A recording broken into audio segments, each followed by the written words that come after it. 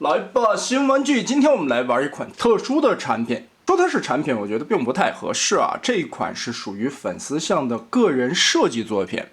原型师名字叫做白熊阿吉，在微博上面认识的一位朋友。这位朋友是一个妥妥的角色控，他相当喜欢热破这个角色，所以他的收藏各种琳琅满目的热破产品，而且并不甘心的情况下，自己还做了一款这样的热破的可动人偶，算是他的一个毕业设计啊。我们今天也是来鉴赏一下吧。作为一个粉丝自制向的手板架，这个红蜡的质地是相当的脆弱的，身上也有好多断裂的地方，我还专门粘了一下。你不能跟现在的那些合金骨架了，或者柔韧性阻尼感更加靠谱的材料相提并论，但也能看得出来，在这款作品上边，白熊阿吉在这个涂装上边的用心程度，烟熏的这个烟囱效果专门涂了出来，红色的部分采用的是那种闪光的金属漆来加工，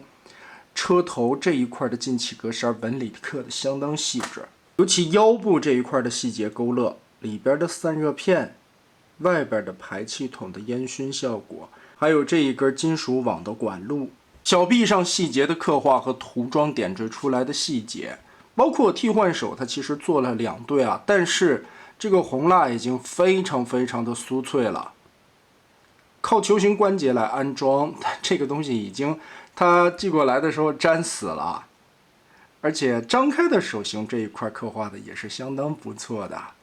看这些装甲的纹理，指头的细节，脚臂外的装甲，其实这个红色的底色还不是一道漆啊，应该是加了一些黑色的成分在里边，让这个红色的旧化效果过渡的更加自然，外边又补了一道光油。头雕的刻画，热破的元素也是很饱满的，而且这张俊朗的面庞，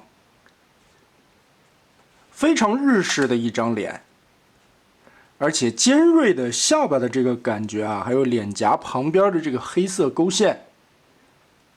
细节涂的也是相当不错的。另外还有一颗头，像是在战斗过程中戴着面具的样式，细节方面也是不错的。但是感觉这个战斗面具把眼睛都遮住了。颈部、肩头的这些内构刻画相当的出彩，而且是很明显的用了汽车的一些零件来处理，还算非常合理的一些设定吧。脖子这里我们可以稍微的扭动一下，看一下脖子里边的一些电路细节。哇，这个蓝色上边一圈一圈的螺纹管，还有下边的小型仿液压处理。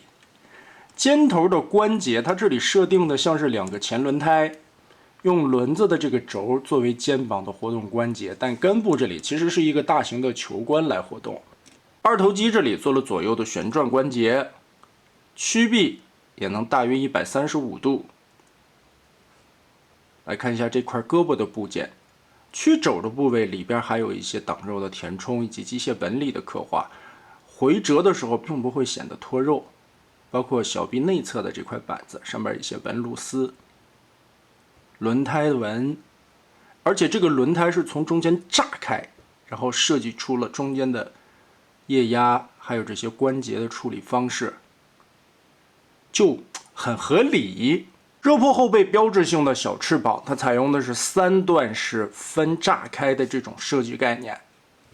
这个翅膀的造型也是非常灵动的，但是可惜并没有什么活动的关节，只是一些造型的处理。背后这里也有脊椎的刻画，这些元素都是非常到位的。这一块像是那些金属丝的管路，里边发动机。所以拆下胳膊来，我们可以更清楚的看清肋部这一块的内构细节。同时腰身这里做了大范围的可动旋转，这里是一个球形关节。与此同时，它这回寄来的手板里边还有另外一个主体，你可以理解为镜像的步天式。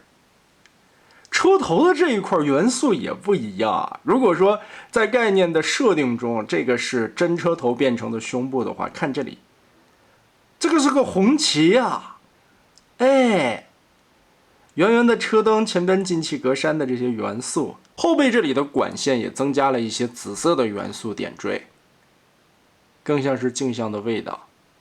裙甲的涂装也有一些不同，点缀了一点红色，所以也能想象这款如果量产的话，应该会有双版本的推出吧。继续往下来看，裙甲这里也做了层次的鳞片刻画。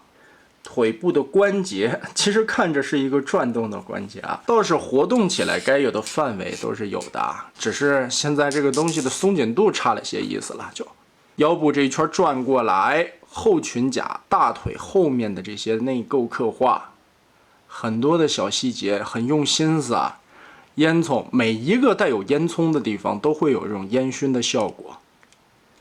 膝盖层次的感觉。紫色的这一块，我觉得底漆应该是涂了一遍银，在银色上边又漂了一遍这个浅紫色啊，然后边缘的地方着重喷涂，小腿这一块的层次纹理相当的丰富啊，包括腿肚子后面，哇，细节看起来就是很耐端详的那一种。脚踝内收纳了轮子的位置，而且能看到是双层的轮胎，应该也是靠中间炸开的一种效果吧。这里边还有液压的支撑，活动的时候膝盖位置，哇，也是能屈腿达到很大的一个幅度，并且折动过来，膝盖里边的挡肉一片一片的细节，很精美。脚踝也有左右的接地，最后是热破胸口标志性的火焰纹，用了深棕色的墨线去勾边，而且是左右炸胸带有缝隙的一个效果。哇，整体来看，效果身材比例方面也属于那种大长腿型男的感觉，身上的各种汽车零件的元素融合的非常到位啊，而且在美观程度这一块和涂装的细节方面表现的都是相当出彩的。整体身高差不多在23公分左右，其实是一个不小的尺寸。就目前美术风格看下来的话，我觉得会更加的偏日式一点的机甲风，或者说加入了更多外传题材的一些元素。虽然外传电影系列中并没有出现热破这样的形象，也没有任何的设定概念稿，白熊阿吉也是凭着自己对热破的一个喜爱程度，还有他对于这么多年来自己创作的一些灵感和设计的元素融合起来制作的这款毕业设计，其实也可以想象，如果外传电影里边会登场热破这么一个角色，应该跟这个形象也会大差不差吧。或许这是他对于外传电影中热破角色的这么一个幻想，或许这也是他心目中那片寂静的白月光。但能把自己梦寐以求的角色形象用自己的努力，用自己的美术风格把它实现出来，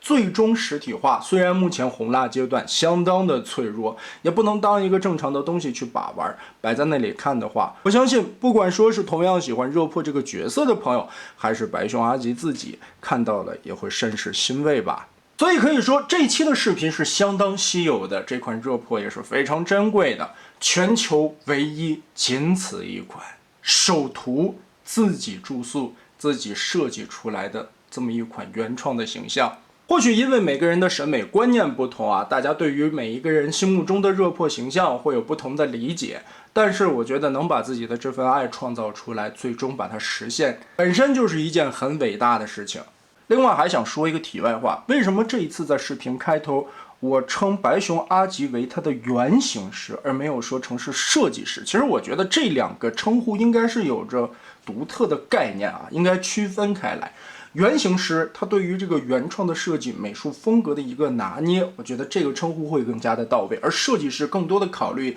是设计的变形结构这些。所以呢，当我每看到官方推出什么原型师谁谁谁设计了某款产品的时候，我就会想，可能这款角色应该不会好玩。其实从字里行间也能看得到，我相信写出某篇报道执笔的小编应该也会非常的严谨吧。所以也能感觉得到，如今的官方设计很多的都是注重保一个形态，人形或者说是其他的伪装形态，但变形过程中已经没有了当年那份设计师带给来的惊艳感吧。所以以上也是我个人的一些理解啊，但是我愿意归类为设计师满足的是变形派体验把玩的玩家们，原型师满足的是喜欢某些角色，对于美术风格有着更高要求的金刚派的战士党们。而阿吉的这款热破，我觉得非常适合满足于金刚派的这些玩家们啊，也是期待这么帅的一个形象什么时候能投入量产，把它实体化出来，做成那种合金骨架的成品玩具，想必也是非常带感的吧。那么得嘞，这一期我们就聊到这儿吧。